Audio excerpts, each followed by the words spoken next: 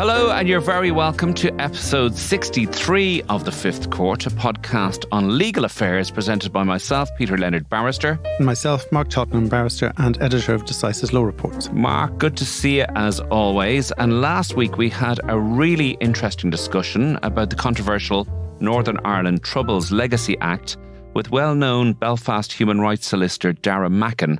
Fascinating insight into some of his human rights cases in the North. And he's been involved in loads of stuff, like, for example, he told us about the Hooded Men. Fascinating interview. Yeah. And obviously, there's the case coming up before the Court of Human Rights between Ireland and the UK. So that. No, it's great. And but he explained that really, really well. I thought that was a fascinating interview. If you missed it, folks, listen back to it. It is really, really, really interesting.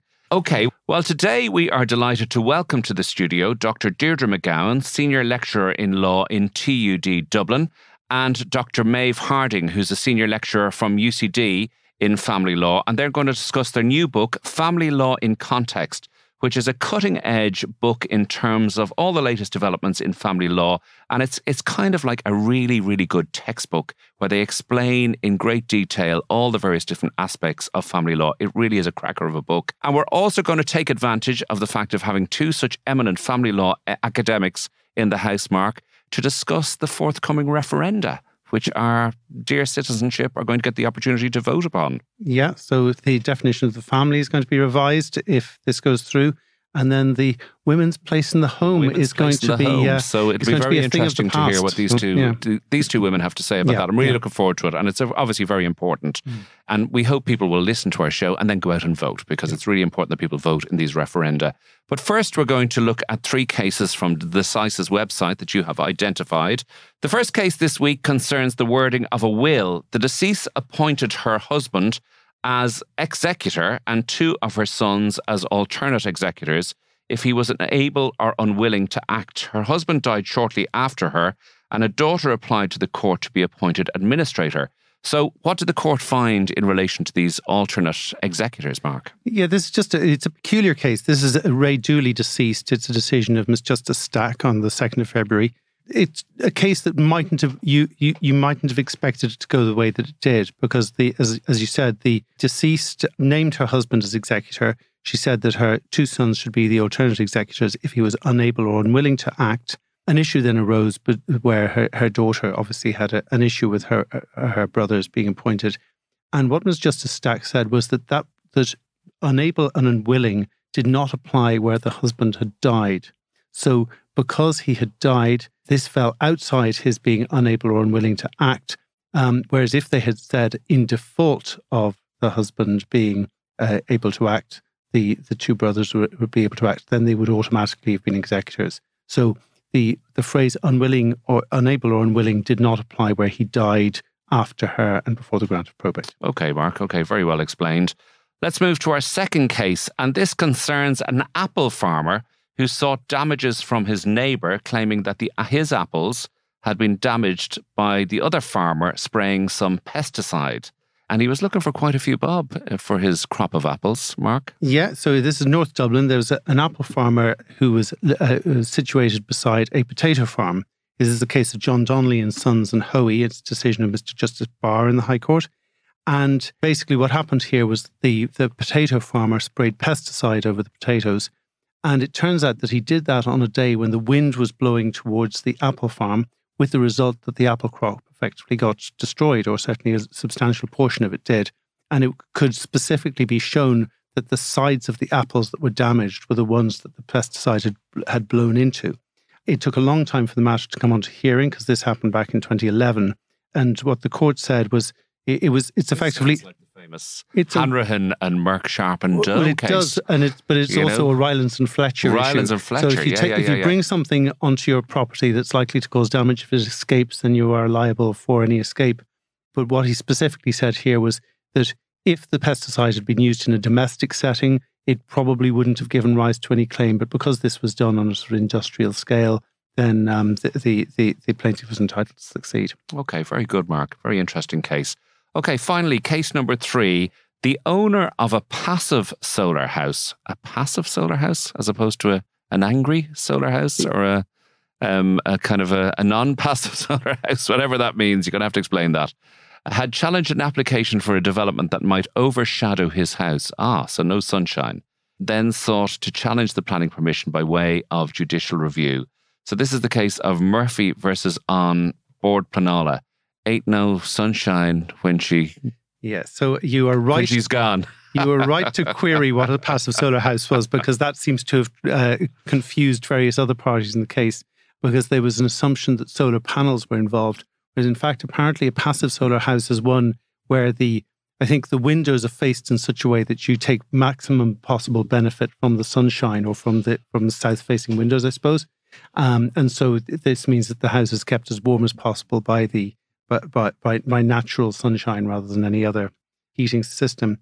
Anyway, the point, as you said, was that he challenged the development, the neighbouring development that would have overshadowed the house. But one of the particular issues here was that he held himself out as being an expert in his own case, and the court, Ms. Justice Bolger in this case, was very unimpressed by that. She said, "He just owned the house. He might be an expert, landlord, but he has skin in the game, and so he's not an independent expert." Okay, very good. Okay, back shortly with Deirdre McGowan and Maebh Harding. Silence in the Fifth Court. Okay, so it is my great pleasure to welcome to the studio Deirdre McGowan, who's a lecturer in law in the TU Dublin, and also Maebh Harding, who's a lecturer in law in UCD. And the two of you together have combined to produce this absolutely fantastic book on family law in context. And you also had the help of a few other contributors as well. But it is such a wonderful book. Now, I don't practice in family law, but I do sort of every now and again have to dip into family law for various different parts of my practice. And I just thought it was really, really good. Tell us about the book, Deirdre. So you have various different contributors and you put this wonderful work together. Yeah, so we have 10 contributors, including ourselves. So that's us and 8 other people. And we've together written a collaborative textbook on family law. So we started off, myself and Maebh had a little chat at the Irish Association of Law Teachers. Yes, where we bemoaned the lack of a really good family law textbook. And so we said, Maebh said, let's write one, I think. I'm going to blame Maebh. Yeah, I had recently returned from England where I had taught English family law for a number of years, where there's a much bigger textbook market and there are many different types of textbooks and there are more student-focused textbooks, and the Irish textbook market is quite a different thing. So it is harder to have the same range of dynamic textbooks here. But I was also struggling to find something that was accessible to the students, that was engaging, and that encouraged them to think critically about family law, what it is and what it's for, and what it means about our country and our society. So it is very much a textbook, and the way it's designed, I mean, you set out at the start of each chapter kind of a chart of what you're trying to achieve, and what people should take away from the chapter and all that sort of stuff. So it is really with the student in mind. Yes. But it's also very good for the practitioner as well, I would have thought. Yeah, I mean, that was part of the deal. So we asked people, so we had a little workshop and we invited the contributors along and we sort of agreed a format and we kind of talked about what would make this best and most accessible. So that's why we have at the beginning like learning outcomes, and then at the end we have questions you might ask, or critical questions, and then we have further reading. So what we're doing is at the beginning of each chapter sets out really clearly and simply what the law is, and then it gets into discussion later on in the chapter, whereas often in books that's kind of mixed together.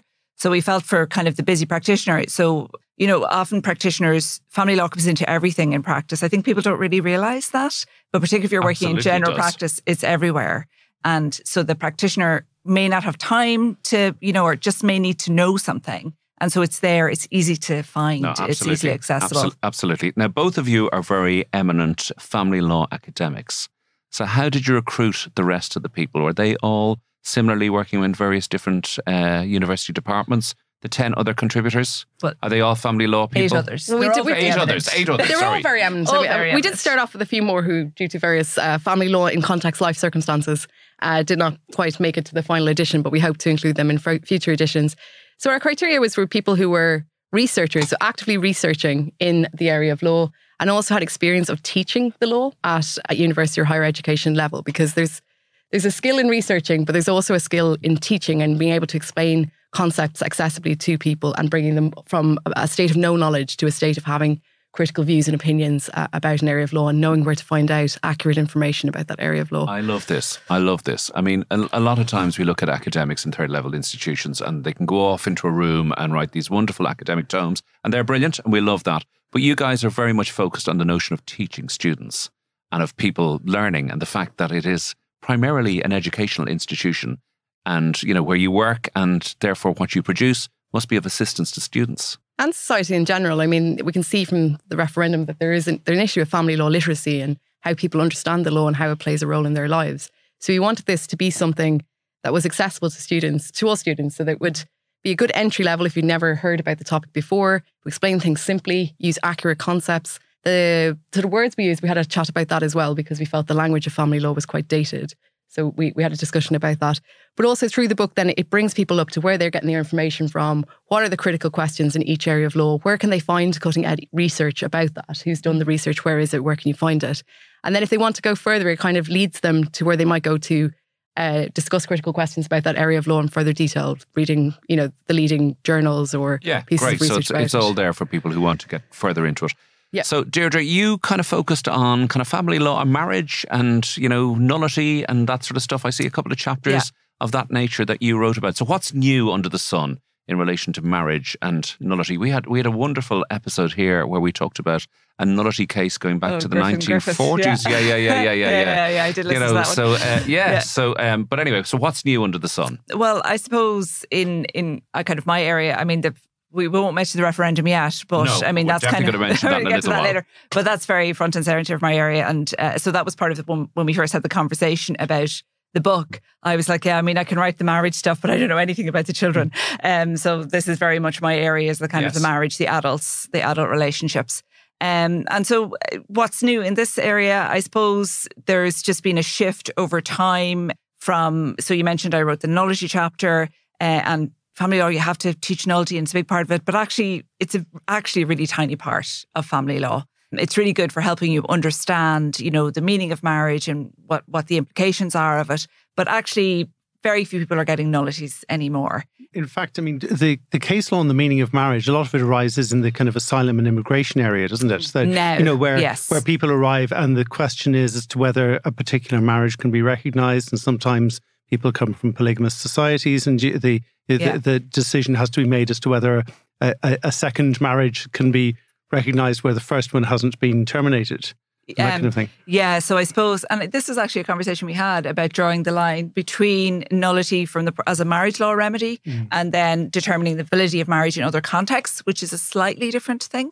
So the focus in this as a family law textbook is on the validity of marriage for the purposes of nullity, like applying, you know, to dissolve your marriage, because the reason that people may apply for nullity rather than a divorce or judicial separation is because then you're not liable for any of the ancillary relief provisions. It never existed in the first place, isn't that it? And as you say, you don't have to pay restitution or pay, maintenance or any of that sort of stuff. And so forth. Yeah. Will you explain what we have you here, just for listeners who mightn't be familiar with this area of law? Will you explain the difference between judicial separation and divorce and how the two of them dovetail? Okay, so in a nutshell, judicial separation suspends a marriage but does not end it, so the people are still spouses. Divorce ends a marriage and the people are no longer spouses. So that's it in a nutshell. And one surprising thing, I think you would imagine, I mean, there are much less applications for judicial separation than there are for divorce, but people still do apply for judicial separations. And I've just done a big review of High Court cases in the last 20 years. And a surprising amount of them are for judicial separation. And why would somebody want to go for judicial separation rather than divorce if the relationship is broken down? Yeah, so first of all, it's a quicker remedy. So there are fault-based grounds in judicial separation. So you can get a judicial separation pretty much immediately on a fault-based ground. So that would be, unreasonable behaviour or adultery. So you can go into the court, whereas for divorce, you must wait for 2 years before you can make an application. So when there's something quite egregious going on and somebody needs a settlement in a hurry, that's a good route to go down. So people do. So that's why it might be attractive. Yeah, okay. Yeah. Okay. And the 2-year period for divorce, I mean, is that something? I know it was 4 originally. Yeah. It's now down to 2. What do you think of that? Yeah, I mean, I think it's better. I think it's probably still too long. Okay. And I think there was a missed opportunity there to make it the same as judicial separation. because you can get a judicial separation on no fault grounds after a year. So it was like, why do we still have two remedies? Because now people can still get a judicial separation and then have to go through the whole thing again to get a divorce. So potentially more work to do. Okay, and Maebh, I noticed you had a chapter entitled Cohabitation. Oh, that's so right. no marriage at all. No marriage at all. Yes, I actually gave a lecture on cohabitation today, where I've named a lot of the cases. We have the Netflix and chill case. We have the various things that happen in it. So, so that's about the Cohabitants Act 2010, the Civil Partnership and Cohabitants Act 2010, Part 7. Or it's Part 15, isn't it? So that's about the economic redress, really, that's available for cohabitants in certain circumstances. But it's not the same as recognising cohabitation as a family form. What it is it's a safety net for certain cohabitants, qualified cohabitants is what the legislation uses, who can apply for certain financial remedies when their relationship breaks down or when their partner dies. And does it always require somebody to be financially dependent on the other person, or is that just one of the? This is a very good question. So we went through this in some detail in the lecture. We were asking the same questions that the students did. So it's slightly different depending on whether you're trying to get financial remedies from someone who remains alive and therefore has to go and have, go on and have other families and do their own things, and whether you're trying to get a financial relief from a cohabitant who is dead from the estate of your deceased partner. When you're trying to get the remedy from someone who is still alive, it's a requirement to show financial dependency or financial needs. It's not a requirement to do so if the person is dead, but it is important when the court is assessing whether or not your relationship is committed and how much they will actually award you. So it's relevant for the quantum of the award if the court actually goes that far to make an award. Yeah, and what other chapters did you contribute to the book as well? I think we did a few. So I did the public law chapter for children, so childcare and child protection proceedings, and also the private law chapter with Brian Tobin about the brave new world that is parenthood following assisted reproduction technology. We talk about surrogacy. We talk about guardianship, which is obviously a big issue at the moment in terms of surrogacy. It's become, let's say, relatively not prevalent, but I mean, it's happening more and more. And you regularly hear parents very angry about the fact that, their rights in relation to surrogate children and stuff like that isn't as clear-cut as they'd like it to be. Where do you see that going? Well, I mean, there's ongoing attempts to legislate for this area of law. I think the war in Ukraine has brought the face of surrogacy home and actually really humanised some of the stories that are behind this. When, you see Rosanna Davidson with the surrogate mother of her children, and you see that they are people and they've arranged to do this to bring children into the world. Irish law doesn't recognise surrogacy at all. Your mother is the woman who gave birth to you. That's the rule. And therefore you cannot at the moment transfer legal parenthood, i.e. the law's recognition that this person is your parent, to another woman. You can use other remedies within family law sometimes to shore it up. Like you can have guardianship. Okay, so let's say I entered into a surrogacy arrangement with a woman and my husband provided the genetic material, was the legal father, was the genetic father. Then I could apply as his spouse or cohabitant after 2 years to be the guardian of my own child, my own genetic child. But I would not be recognised in law as that child's legal parent.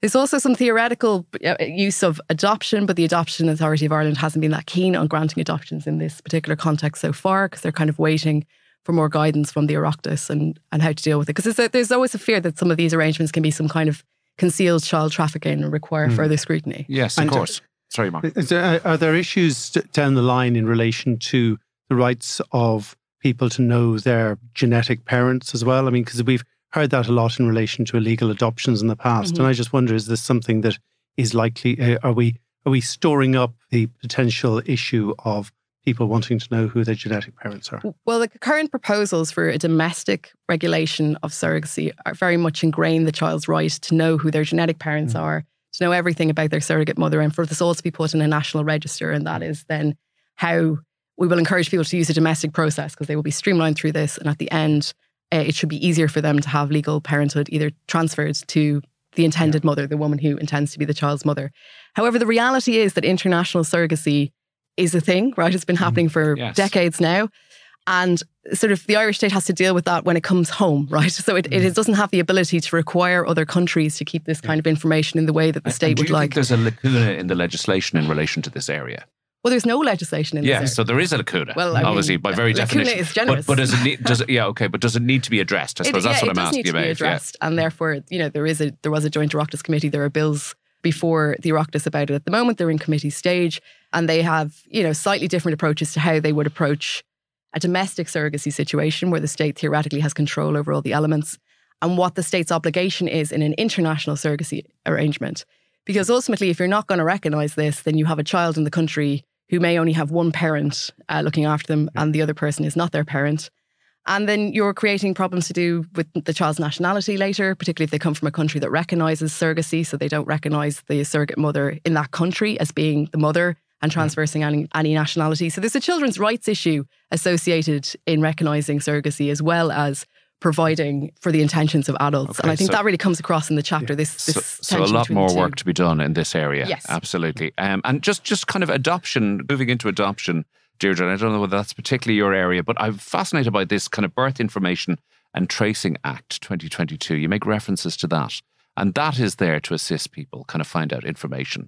How's that going to work? Yeah. So I suppose the thing about the adoption chapter is, we kind of move the adoption chapter around really because adoption is actually very rare these days. And most adoptions are step-parent adoptions and are not like the adoption of small babies that we kind of have this idea in our head of what this is what adoption is, are actually very rare. And so it's much more usually step-parent adoptions or people coming out of foster care into adoption is the most more common.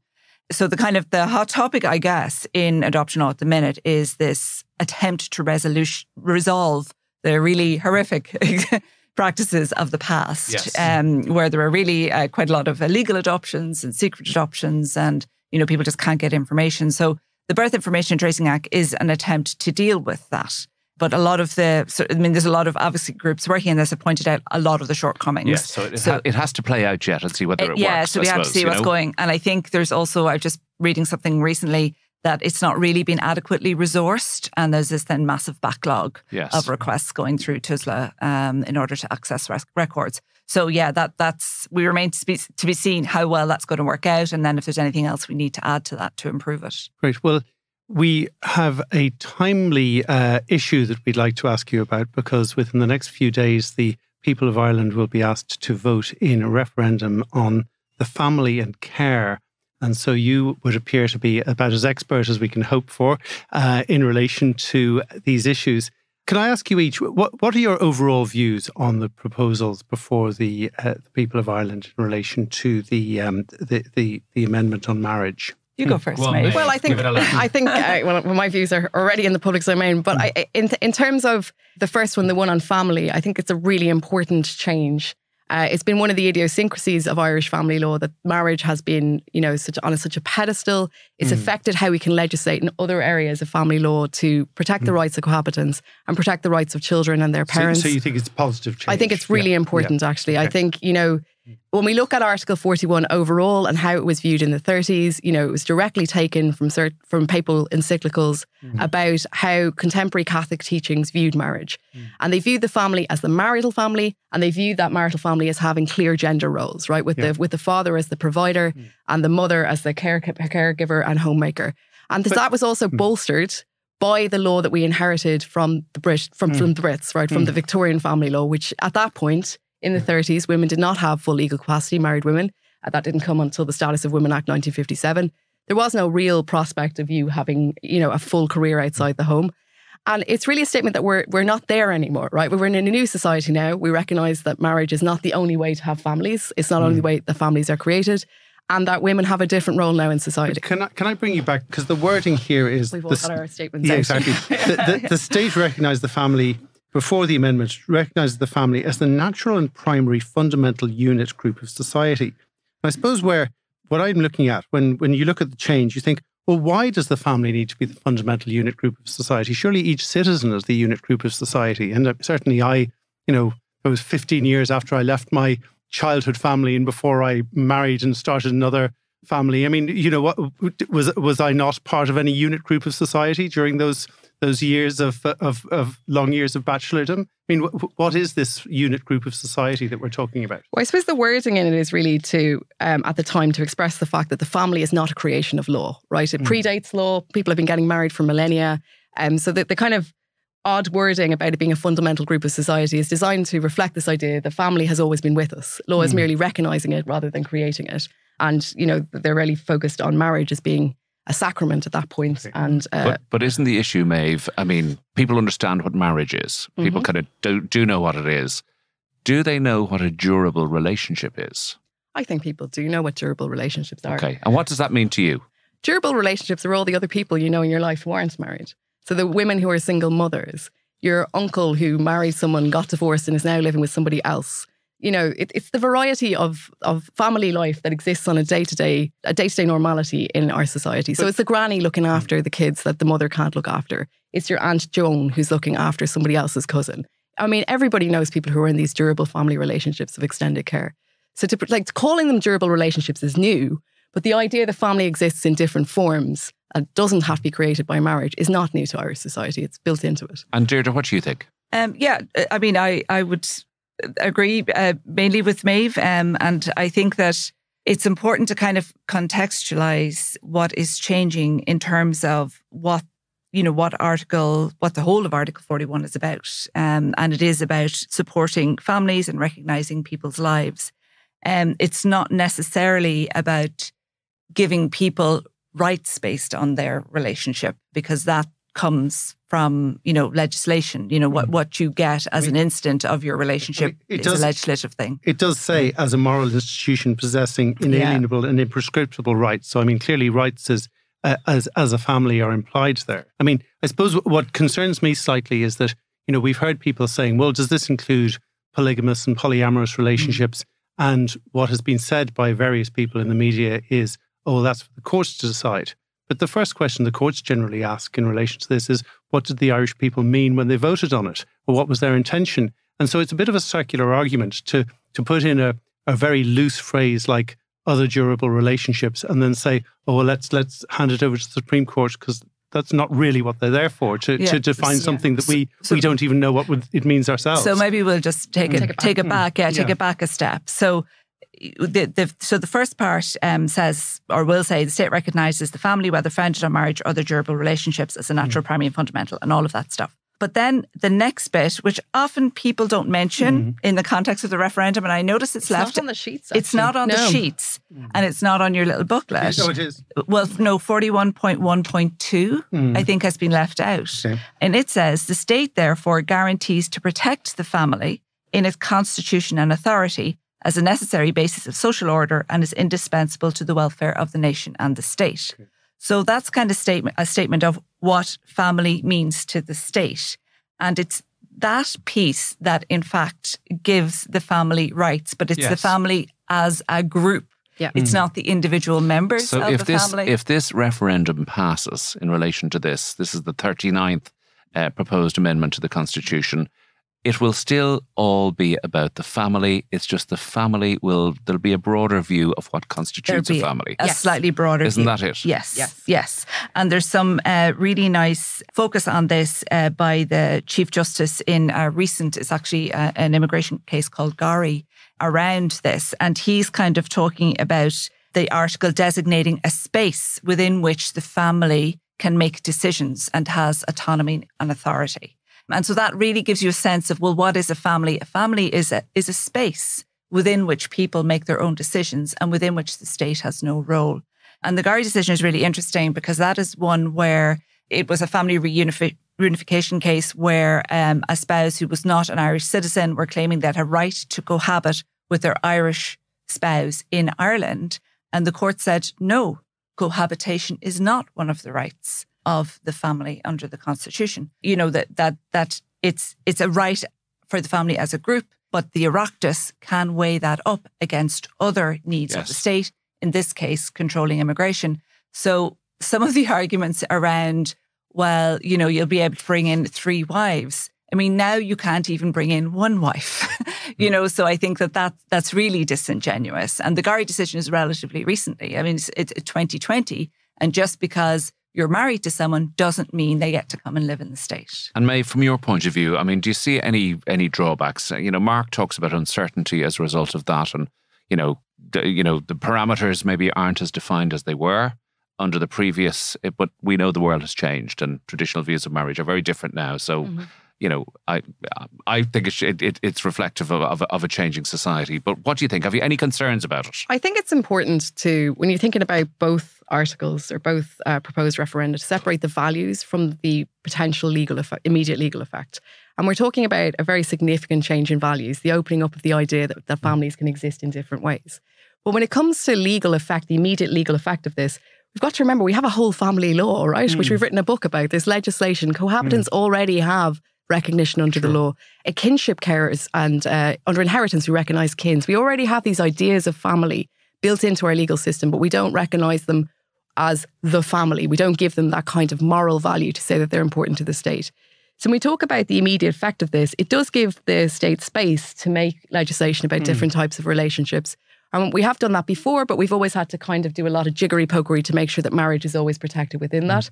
To some extent, we're still going to have to do that because the Constitution still pledges itself to guard with special care the institution of marriage and protect it against attack. I always have visions of De Valera outside weddings with like weapons to ward people off when I read this. But what does that actually mean? I mean, once you've changed the definition of the family to broaden it from marriage, what other kind of attack on marriage are we talking about? Yeah, well, it's always interesting to consider these attacks on marriage. This is always the thing. If marriage is so great, why are people attacking it? And why is it so fragile? But I suppose the attack on marriage, again, we have to think of Article 41 as a whole. One of the attacks on marriage that it is envisioning is the idea of the introduction of divorce legislation, right? Because in 1937, that was the thing that distinguished us from godless England, right? Is that we didn't need divorce, we didn't have marital breakdown. This was the important nature of it. And we didn't want any of those values coming over here. So when we talk about it in legislation, it's been very narrowly defined really as treating marriage worse than other types of families, and worse when you consider all the benefits that attach to marriage. So in Nick Mahuna, we have these like a challenge to financial provisions for single mothers. They're like, well, these single mothers are doing really well. And then the court is saying, well, when we consider all the things, this is not treating marriage worse than being a single mother, because rationally, while families are of equal value, they are different circumstances and their rights can be realised differently. And that will be a place for the courts and that will be a place for legislation. I mean, I do find myself wondering what value does marriage still have in circumstances? And I mean, I don't mean this in a pejorative way, but, I think now something like 40% of children are born outside of wedlock. I mean, I thought that sounds quite high, but then I was looking at a table which shows that actually we're about average in European terms. And I think a lot of Scandinavian countries, maybe more than half of children are born outside of wedlock. But you do start to wonder, well, is there any particular reason to have a legal basis of marriage? Because, in circumstances where it simply isn't the default circumstance, what does it give us? Is it not as simple? Is it not as simple as a case where, a family where the parents, let's say, for want of a better phrase, are not married? I mean, we would all accept that they're actually a family, Mark. Do you know what I mean? That's what I mean. Where does the legal state of marriage the focus is still on the family. It is. The focus is still on the family. The point is that marriage is an easy way for the state to identify you.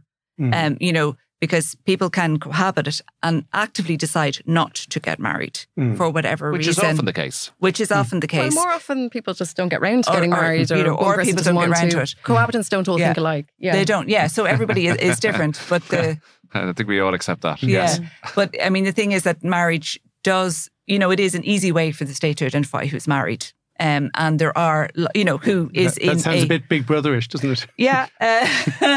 I've written a whole thesis about this. But I mean, it is a kind of from the state's point of view, I mean, if you think of it, they would probably prefer if you got married because then they don't have to think about all these really difficult relationships, know.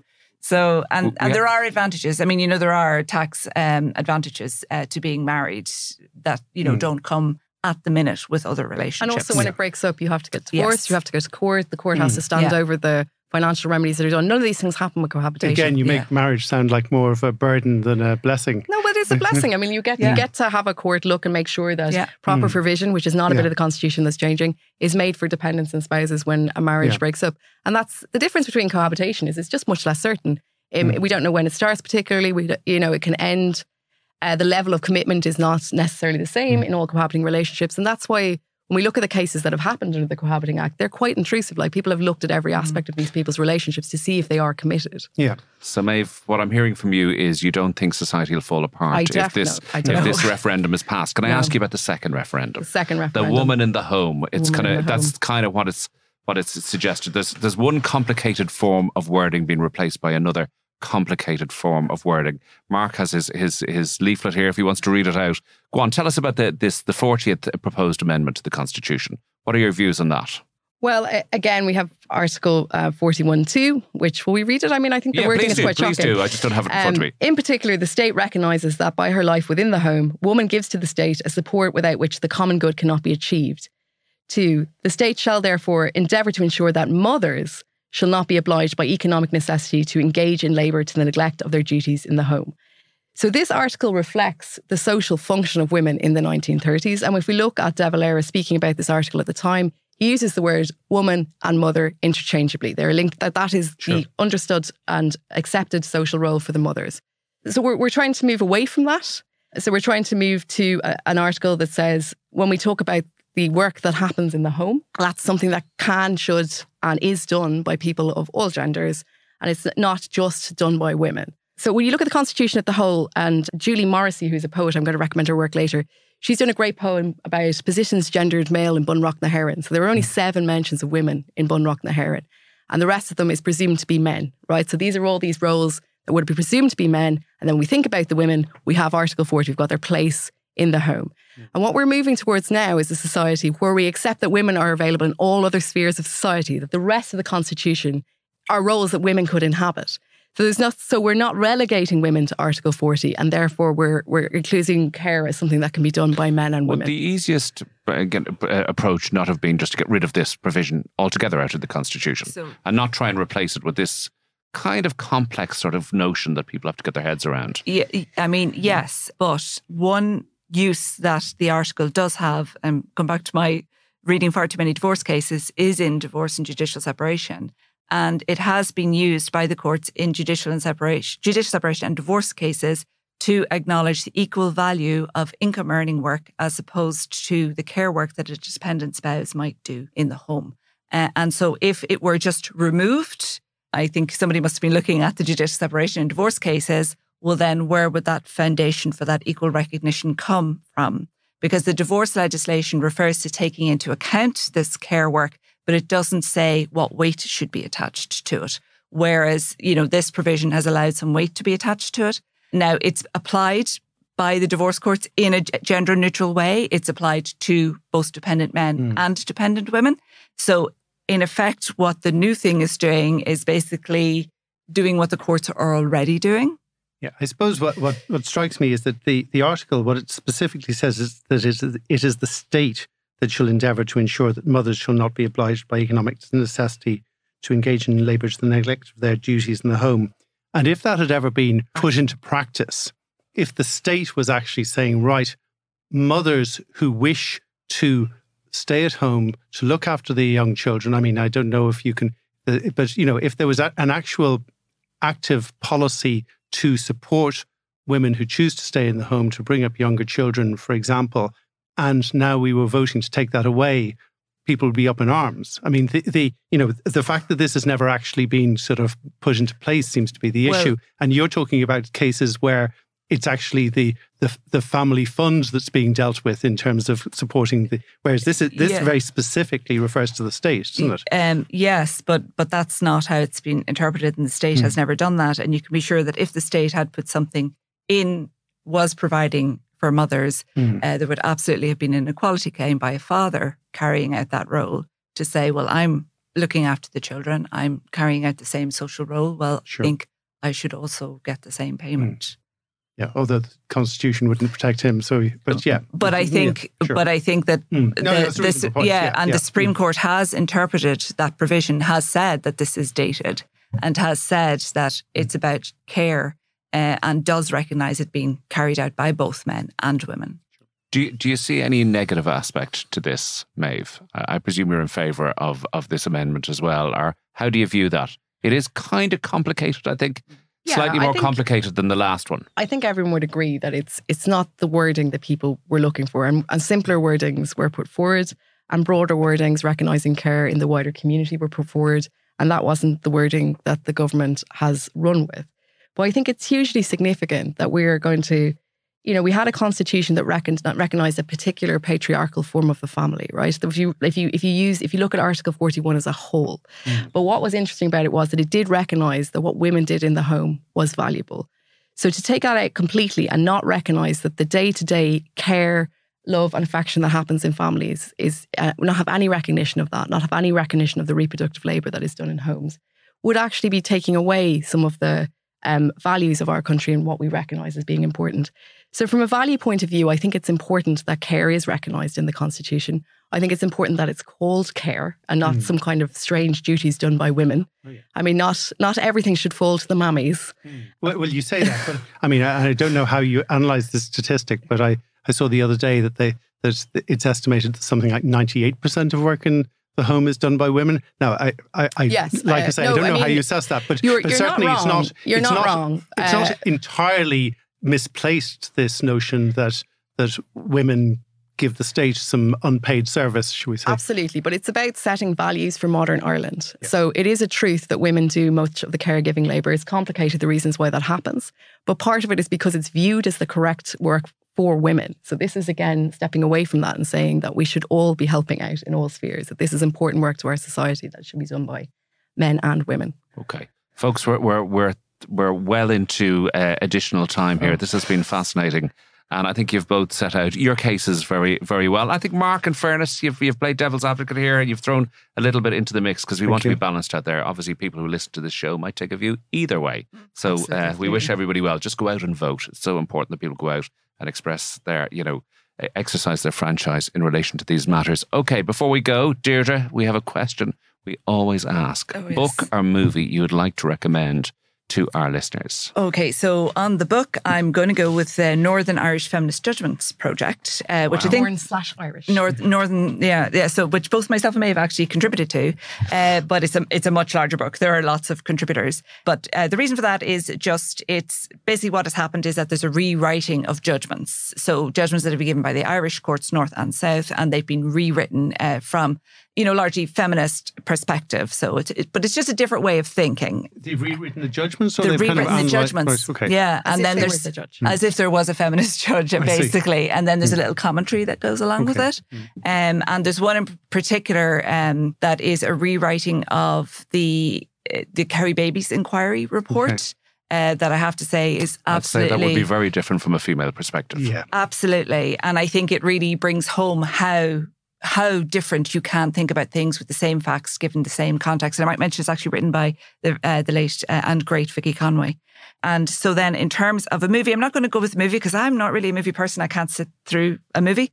But there is a TV show called Fisk that's on Netflix. I don't know if you've seen it. No, I haven't. But it's about an Australian corporate lawyer who falls into disrepute and goes and has to work in a small suburban law firm. But I have to say, it gets a small suburban law firm down to a T. Wow. And it's really, okay, that's one to watch. Really very one smart. Watch. Yeah, very good. Okay, thank you for that, Deirdre. And Maebh, go on, give us a book. Well, on the law and context front, I am recommending, I love to know the background to cases and what happened afterwards. So this is an excellent book by historian David Jameson about the Tilson case, Church and State in 1950s Ireland.